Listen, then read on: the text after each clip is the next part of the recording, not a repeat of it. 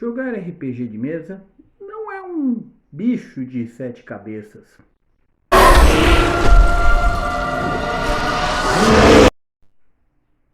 Tá, aquele era de 5 cabeças e se chama Tiamat. Bem, você está agora no grunge do RPG.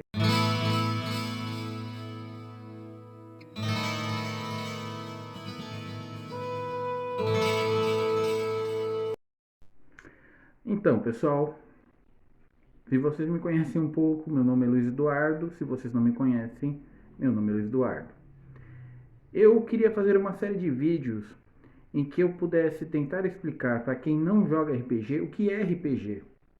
De uma forma sem dados, sem informações descritivas demais, mas algo mais por cima para fazer aqueles que não jogam RPG de mesa interessados e aqueles que já jogam possam explicar para aqueles que eles não conseguem explicar.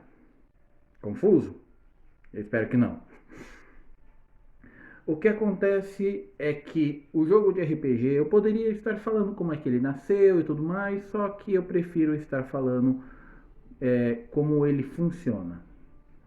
O RPG de mesa é bem diferente do RPG digital. Os jogos de RPG, como os mais antigos, Final Fantasy, Dragon Quest e outros assim. Até mesmo com os atuais, como Assassin's Creed, Tomb Raider, entre outros jogos que, apesar de não serem exatamente de RPG, usam as mecânicas do RPG, ou seja, a questão de evolução dos personagens. Bem, mas vamos explicar isso antes que a tua cabeça fique meio confusa. Se o cachorro não me atrapalhar, o que acontece é o seguinte: o RPG de mesa ele funciona como se fosse uma espécie de mistura entre jogos de tabuleiro e teatro. E como isso funciona?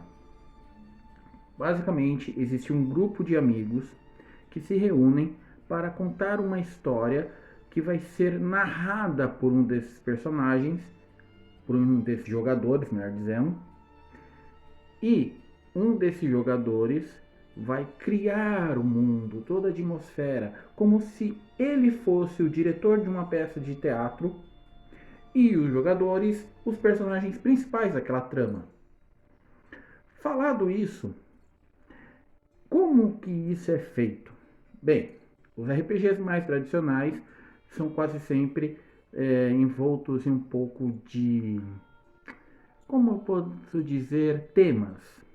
Existem os jogos de RPG que muitos conhecem como Dungeons Dragons, que é mais voltado para a fantasia medieval, onde os grupos se unem como um só, lembrando filmes e livros como O Senhor dos Anéis ou Conan o Bárbaro. Eu ainda vou entrar sobre isso se tudo der certo nesses vídeos.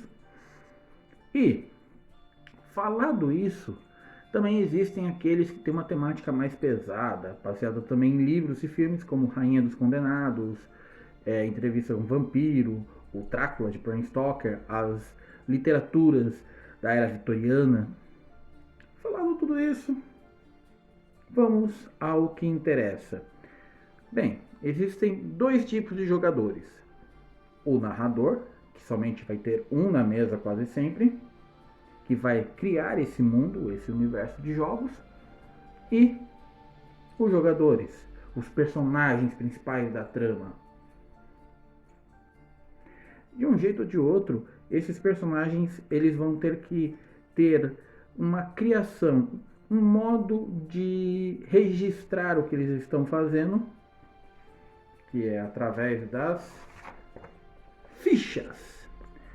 Parece muitos números, parece muitas coisas, mas não são. Quando você vai criando, você vai tendo algumas noções de como funciona. Esse é um dos elementos que os jogadores vão ter que ter. Enquanto isso, além disso, eu falei que mistura um pouco de jogos de tabuleiro com teatro. Bem, se nós temos tabuleiros, se vocês quiserem ter tabuleiros, se vocês tiverem tabuleiros, também poderão utilizar dados. Mas não somente dados de 6 faces, mas também de 10 faces. O que acontece é o seguinte: existem dados que podem ser vendidos em algumas lojas especializadas que normalmente vão ter mais de 6 faces ou até menos de 6 faces. Existem dados de 4 lados, 6 lados, 8 lados, 10 lados, 12 lados, 20 lados e até mesmo dados de porcentagem. Normalmente esses dados são relativos com o sistema que você está querendo utilizar. Mas então, como que eu vou fazer tudo isso? Eu não uso dados que tenham mais de 6 faces. Eu utilizo dados de 6 lados, o famoso D6. Então, eu falo para você buscar sistemas que utilizem só o D6 como um método de jogo. Quando eu vou gravar, aparece cada barulho maravilhoso. Mas, se vocês não escutaram o caminhão, ótimo. Mas eu tenho quase certeza que escutaram. Então, isso foi só uma introdução sobre o que eu queria falar sobre RPG. Como ele funciona, para que ele funciona, ou melhor dizendo, para quem que ele pode funcionar. Eu vou estar falando melhor em um próximo vídeo, se esse aqui der certo. E, por favor, acompanhem esses vídeos. Eu vou tentar fazer com uma certa periodicidade, acho que é assim que se fala. Por exemplo, agora em junho e depois só em julho, ou agosto e setembro. Se começar a fazer sucesso, eu penso em fazer isso. Mas como eu sei que não consigo fazer sucesso com esses vídeos, então fazer o quê?